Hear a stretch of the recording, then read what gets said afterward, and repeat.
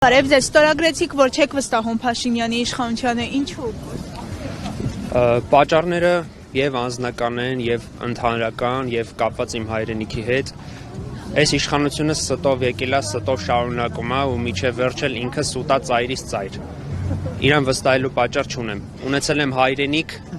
շատ մեծ է եղել, հիմա փոքրացել է։ Չեմ վստահելու երբեք ու պայքարելու եմ միջև վերջ, որ ինքը գնա։ Եթե հիմա հանդիպեիք իշխանության որևէ ներկայացուցչի, ինչ կհարցնեիք։ Չեմ մեկասուտ են պատասխանելու, ինչ որ տենց հարց չկա բարական, որ իրենց պետք է տամ ու ակնկալեմ որևէ պատասխան։ Ես իրենց անձնական չվերաբերվեմ, փաստացի խոսեմ։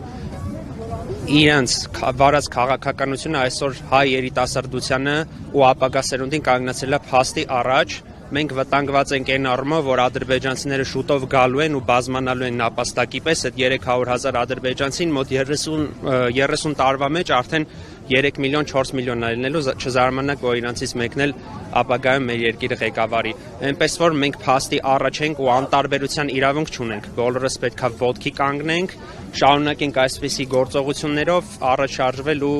իրանց հեռացնել։ Խաղաղության պայմանագիր ենք կնքել, խաղաղություն ենք բերում։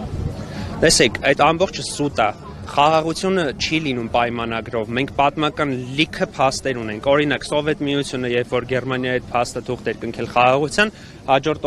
մի քանի օր անց արդեն պատերազմ էր, կարճ ժամանակ անց։ Հիմա ես չեմ կարծում, որ փաստաթուղթը դա երաշխիք է խաղաղության։ Երաշխիքը ուժն է։ Երբ որ մենք ունենք ուժեղ ղեկավարներ, ունենք Վազգեն Սարգսյան, ունենք Ռոբերտ Քոչարյան, Լևոն Տեր-Պետրոսյան, Սերժ Սարգսյան, այդ ժամանակ ոչ մեկ չէր խոսում Հայաստանի դեմ պատերազմից։ Այդ ժամանակ Հայաստանի հետ հաշվի էին նստում եւ միջազգային հանրությունը, եւ ներքին ուժերը, եւ արտաքին թշնամիները, բոլորը հաշվի են նստում։ Այսօր մենք ունենք վարչապետ, ով որ հույսը դրել է թղթի վրա։ Ես չեմ վերաբերվում անձնական, իրենց հարցն է, իրենց քաղաքականությունն է, իրենց անունն է, բայց ասում եմ, վստահաբար մեր հետագա սերունդների համար, մեր երեխեքի համար, մեր ընկերների համար, մեր եղբայրների թափած արունի համար թղթով խաղաղություն չի կարա լինի։ Մեզ պետք է